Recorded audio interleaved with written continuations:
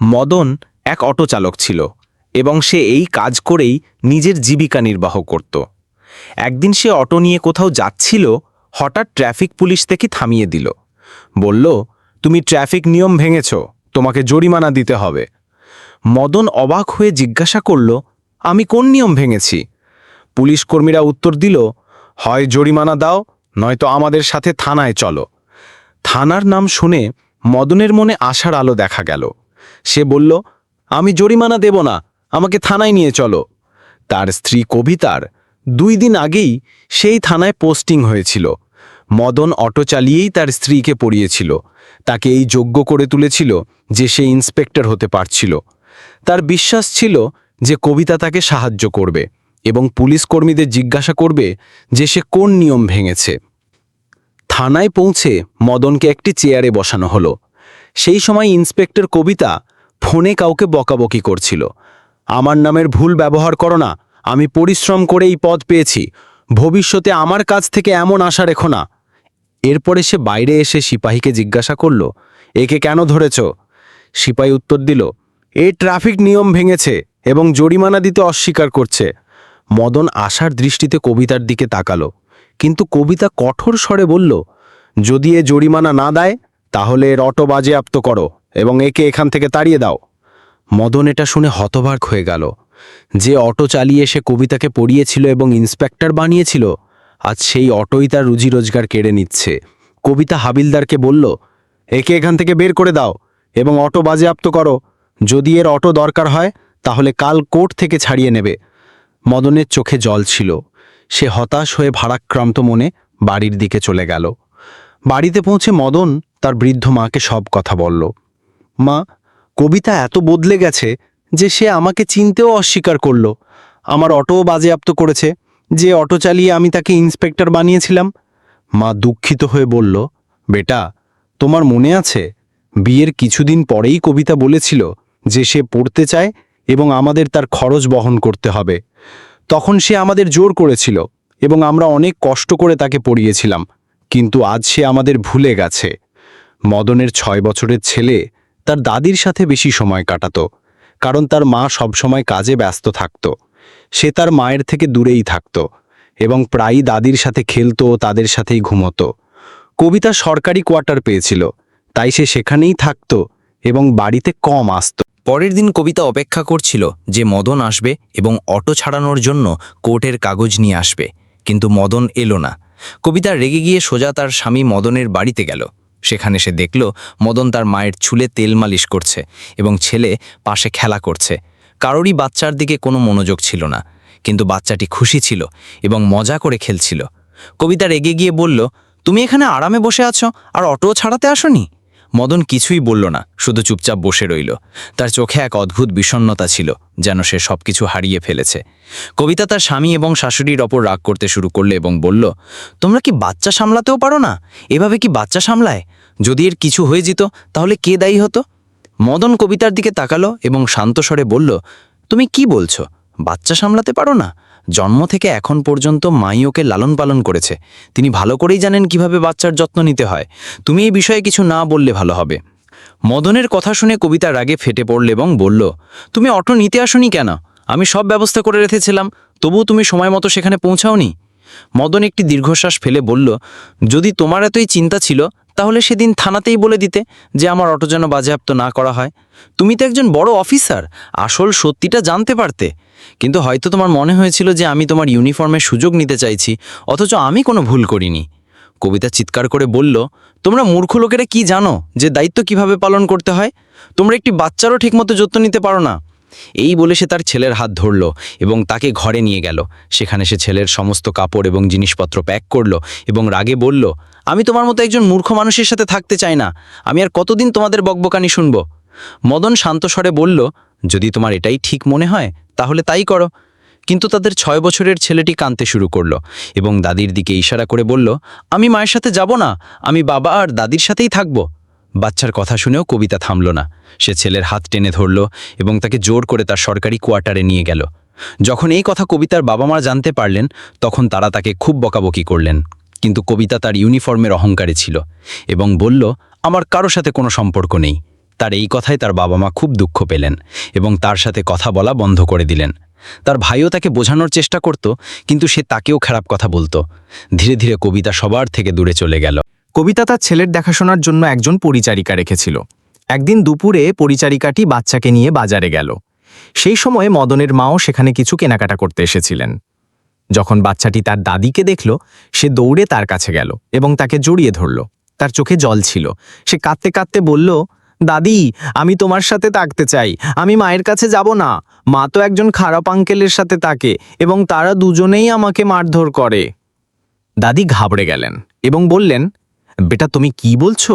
মা কোন খারাপ আঙ্কেলের সাথে থাকে? বাচ্চাটি উত্তর দিল, মায়ের বাড়িতে একজন আঙ্কেল রোজ আসে, মাঝে মাঝে ছুটির দিনে সারা দিন থাকে এবং রোজ সন্ধ্যায় অবশ্যই আসে। যদি আমি না ঘুমাই তাহলে মা আর সেই আঙ্কেল আমাকে মারে। তাই এখন আমি ঘুমের ভান করি। যখন তারা দুজনে একসাথে থাকে তখন ঘন্টার পর ঘন্টা কথা বলে আর জোরে জোরে হাসে। আমার এসব দেখতে খুব খারাপ লাগে। দাদি, আমি এখন আর মায়ের কাছে থাকতে চাই না। এই সময়ে পরিচারিকাটি বাচ্চাটিকে খুঁজতে খুঁজতে সেখানে এলো। সে দেখল যে বাচ্চাটি তার দাদিকে জড়িয়ে ধরে আছে। সে দ্রুত বাচ্চার হাত ধরে টানতে লাগল, কিন্তু বাচ্চাটি কাঁদতে কাঁদতে বলল, আমি মায়ের কাছে যাব না। আমি বাবা আর দাদির সাথে থাকতে চাই। দাদি পরিচারিকাকে বললেন, কোনো ব্যাপার না, তুমি আরামে তোমার জিনিসপত্র কেনাকাটা করো, আমি ততক্ষণ বাচ্চার সাথে বসে আছি। দাদির ইচ্ছে ছিল যে তিনি তার নাতিকে নিজের সাথে নিয়ে যাবেন, কিন্তু তিনি নিরুপায় ছিলেন। পরিচারিকা স্পষ্ট বলে দিল, আমার মালকিন কঠোরভাবে নির্দেশ দিয়েছেন যে এই বাচ্চাটি যেন তাদের কাছে না যায়। দাদি বাচ্চাটিকে বোঝালেন, বেটা, এখন তোমাকে মার কাছেই থাকতে হবে, কিন্তু আমরা শীঘ্রই আসব এবং তোমাকে আমাদের সাথে নিয়ে যাব। এই বলে তিনি বাচ্চাটিকে বুঝিয়ে সুঝিয়ে পরিচারিকার সাথে পাঠিয়ে দিলেন এবং নিজে বাড়ি ফিরে এলেন। দাদির মনে বারবার সেই সব কথা ঘুরছিল যা তার নাতি তাকে বলেছিল। তার মন অস্থির ছিল যে তার ছেলের স্ত্রী এরকম একটি ভুল কাজ করছে। তিনি এই কথা ছেলেকে বলতে চাননি, কিন্তু অবশেষে তাকে বাধ্য হয়ে সবকিছু বলতে হলো। দাদি মদনকে সব কথা বলে দিলেন এবং বললেন, আজ বাজারে নাতির সাথে দেখা হয়েছিল। সে বলল যে বাড়িতে একজন অচেনা আঙ্কেল আসে যে তাকে বকাঝকা করে এবং মারধরও করে। এটা শুনে মদন চমকে গেল। সে ঠিক করল যে সে নিজে গিয়ে দেখবে আসল সত্যিটা কি। একদিন ছুটির দিনে মদন কাউকে না বলে তার মাকে নিয়ে কবিতার সরকারি কোয়ার্টারে চলে গেল। সে দরজার ঘণ্টা বাজায়। ভেতর থেকে কবিতা ঘুমের মধ্যেই দরজা খোলে এবং তাদের দেখে ঘাবড়ে যায়। কবিতা রেগে জিজ্ঞাসা করল, তোমরা এখানে কি করছো? মদনের মা বললেন, আমরা আমাদের ছেলে আর নাতির সাথে দেখা করতে এসেছি, এতে ভুল কি আছে? কবিতা তাদের কথা শুনে চুপ হয়ে গেল। মদন কিছু না বলে ঘরের ভেতরে চলে গেল। ভেতরের দৃশ্য দেখে তার রক্ত গরম হয়ে গেল। ঘরের বিছানায় একজন যুবক শুয়েছিল এবং তাদের ছেলে পাশে ঘুমিয়েছিল। এটা দেখে মদন খুব রেগে গেল। সে রাগে কবিতাকে একটি জোরে থাপ্পড় মারল। কবিতার গালে থাপ্পড় পড়তেই সেই লোকটি দ্রুত উঠে বসল এবং রেগে বলল, কে এই অভদ্র লোক যে তোমাকে মারছে? কবিতা সেই লোকটির দিকে তাকিয়ে বলল, এই তো আমার অযোগ্য মূর্খ স্বামী। মদন এটা শুনে আরও বেশি রেগে গেল। রাগের চোটে তার শরীর কাঁপতে লাগল, কিন্তু তার মা তাকে শান্ত করলেন এবং বললেন, বেটা, ধৈর্য ধরো। মদন তার ছেলেকে কোলে তুলে নিল এবং বলল, তাহলে এই জন্যই তুমি এখানে থাকছিলে? আসলে সেই যুবক আর কেউ নয়, বরং কবিতার একজন সিনিয়র ছিল, যার সাথে তার ট্রেনিংয়ের সময় থেকেই অবৈধ সম্পর্ক ছিল। এখন যখন সবকিছু প্রকাশ হয়েই গেল, তখন কবিতা পরিষ্কারভাবে বলল, ভালোই হলো যে তোমরা নিজেই সে দেখে গেলে। এখন আমি তোমাদের মতো মূর্খ মানুষের সাথে কোনো সম্পর্ক রাখতে চাই না। আজ থেকে আমার মুখ দেখবে না। মদন তার ছেলেকে নিয়ে চলে যেতে লাগল। তার মাও চুপচাপ সেখান থেকে বের হতে লাগলেন। তখনই কবিতা মদনকে থামিয়ে বলল, যাওয়ার আগে এটাও করে যাও, আমি আগেই তালাকের কাগজ তৈরি করে রেখেছি, এতে সই করে দাও। মদন কিছু না বলে তালাকের কাগজে সই করে দিল এবং ছেলেকে নিয়ে সেখান থেকে চলে গেল। এখন মদন তার বাড়ির একটি ঘরে বসেছিল। তার মাও পাশে বসে ভাবছিলেন যে কিভাবে ছেলের জীবন আবার স্বাভাবিক করা যায়।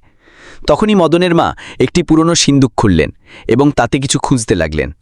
হঠাৎ তিনি একটি কাগজ পেলেন। এটি ছিল একটি জমির দলিল। মা মদনকে সেই কাগজ দেখিয়ে বললেন, বেটা, দেখো এটা কি। মদন মনোযোগ দিয়ে পড়িল এবং জানতে পারল যে সেই জমিটির মূল্য ছিল কোটি টাকা।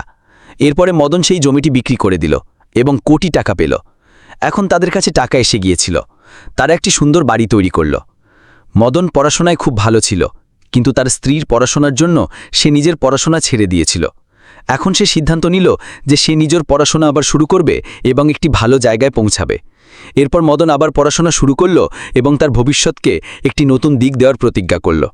এখন মদনের মা বাড়িতে আচার এবং পাঁপড় বানানোর একটি ছোট ব্যবসা শুরু করলেন। কবিতার যে পরিচারিকা ছিল সেও মদনের মাকে সাহায্য করার জন্য চলে এলো। ধীরে ধীরে সবাই মিলে পরিশ্রম করতে লাগল এবং তাদের ব্যবসা ভালো চলতে শুরু করল। তাদের কাছে টাকা আসতে লাগল এবং এখন মদনের টাকার কোনো অভাব ছিল না। সে নিজের পড়াশোনার ওপর মনোযোগ দিল। কিছু সময় পর, প্রায় 2 বছর পর, মদন এসপি পদে নির্বাচিত হয়ে গেল। এসপি হওয়ার পর মদনের নাম সংবাদ মাধ্যমে ছড়িয়ে পড়ল। লোকেরা তাকে অটোওয়ালা এসপি বলে ডাকতে লাগল। তার সাক্ষাৎকার নেবার জন্য অনেক লোক তাদের বাড়িতে আসতে লাগল। মদন তার দায়িত্ব পালনের জন্য সেই এলাকাতেই পোস্টিং করালো যেখানে তার স্ত্রী কবিতার পোস্টিং হয়েছিল। কিন্তু কবিতা তার সিনিয়র অফিসারের সাথে অবৈধ সম্পর্কে ছিল। সেই অফিসার কবিতার একটি ভিডিও তৈরি করে রেখেছিল যেখানে সে ঘুষ নিচ্ছিল। সেই ভিডিও বারবার দেখিয়ে সে তাকে হুমকি দিত এবং তাকে বিরক্ত করত। কবিতা নিজের ভুলের উপলব্ধি হয়, কিন্তু সে কিছু করতে পারছিল না, কারণ সে মদনকে তালাক দিয়ে দিয়েছিল। সময় কাটতে লাগল এবং কবিতার অবস্থা আরও খারাপ হতে লাগল। সে জানত যে তার প্রেমিক আগে থেকেই বিবাহিত ছিল এবং তার 2টি বাচ্চা ছিল। একদিন সে সেই লোকটিকে এই প্রশ্ন করল। তখন সে তাকে হুমকি দিল, যদি তুমি আমাকে কিছু বলো তাহলে আমি তোমার ভিডিও সবাইকে দেখিয়ে দেব এবং তোমার চাকরিও চলে যাবে। এই ভয়ে কবিতা চুপচাপ নিজের জীবন কাটাতে লাগল। সে খাওয়া দাওয়া ছেড়ে দিল, ভালো পোশাক পরা বন্ধ করে দিল এবং সেই লোকটি তাকে ফোনও রাখতে মানা করে দিয়েছিল। একদিন যখন এসপি সাহেবের স্বাগত জানানোর জন্য একটি পার্টি রাখা হয়েছিল এবং সেই পার্টিতে কবিতাকেও উপস্থিত থাকতে হয়েছিল। যখন সে পার্টিতে উপস্থিত হল তখন তাকে স্টেজে ডাকা হলো এবং কিছু কথা বলার জন্য বলা হলো। যেই সে স্টেজে উঠল তার মাথা ঘুরে গেল এবং সে অজ্ঞান হয়ে পড়ে গেল। কবিতাকে হাসপাতালে নিয়ে যাওয়া হলো। মদন, যিনি এখন এসপি ছিলেন, তিনি দেখলেন যে সেই কবিতা, যে আগে অহংকারী ছিল, আজ খুব দুর্বল হয়ে গেছে। সে এখন ঠিকমতো খেতেও পারছে না। হাসপাতালে ডাক্তার বললেন যে কবিতার অবস্থা দুর্বলতার কারণে খারাপ হয়েছে। মদন এটা শুনে খুব অবাক হলেন। সে ভাবতে লাগল, একজন ইন্সপেক্টরের এরকম দুর্বলতা কিভাবে হতে পারে। কিছুদিন পর কবিতা ভাবতে লাগল যে সে একদিন মদনের সাথে দেখা করবে এবং তাকে সব সত্যি কথা বলবে। তখনই একদিন যখন কবিতা বাজারে যাচ্ছিল, তার শাশুড়ির সাথে দেখা হয়ে গেল। সে হঠাৎ করে তার শাশুড়ির সামনে এসে দাঁড়ালো এবং বলল, মা, আপনি কেমন আছেন? শাশুড়ি চশমা পরেননি এবং তাকে চিনতে পারলেন না। তিনি বললেন, তুমি কে আর আমাকে মা কেন বলছো? তখন কবিতা বলল, মা, আমি কবিতা। আপনি কি আমাকে চিনতে পারছেন না? কবিতার শাশুড়ি তার মুখ চিনতে পারলেন না, কারণ তার অবস্থা অনেক বদলে গিয়েছিল। শাশুড়ি বললেন, তুমি আমার ছেলেকে প্রত্যাখ্যান করেছ, আমার তোমাকে কোনো প্রয়োজন নেই। এখন মদনের মায়ের ব্যবসা ভালো চলছিল এবং তিনি বাজারে জিনিসপত্র কিনতে এসেছিলেন। তিনি কবিতাকে চিনেও অস্বীকার করে বললেন যে আমার তোমার সাথে কোনো কথা নেই।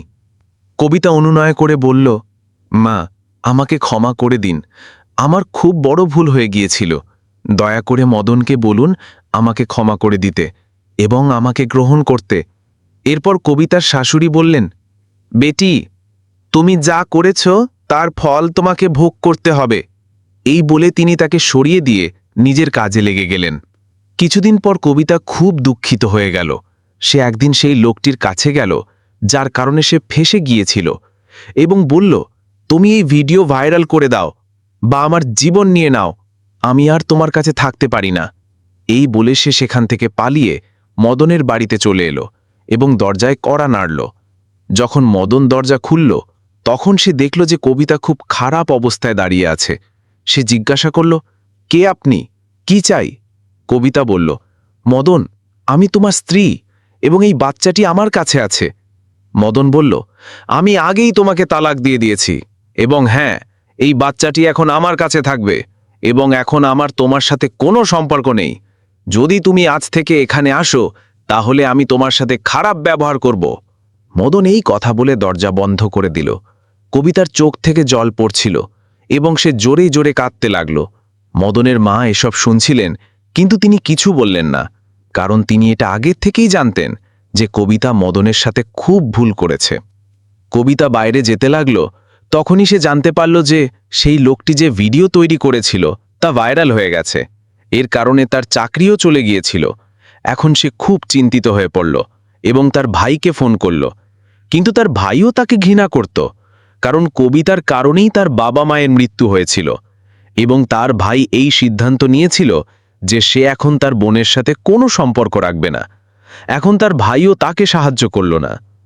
সেই লোকটি যার সাথে কবিতার সম্পর্ক ছিল, সে কবিতার সাথে যতদিন ইচ্ছে খেলা করল এবং তারপর ভিডিওটি ভাইরালও করে দিল।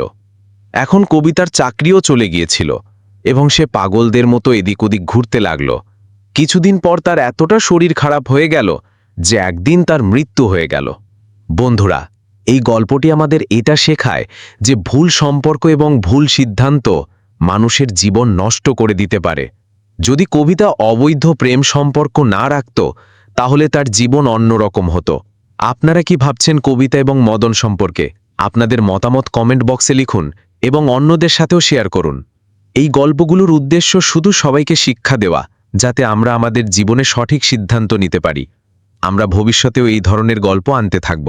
ধন্যবাদ।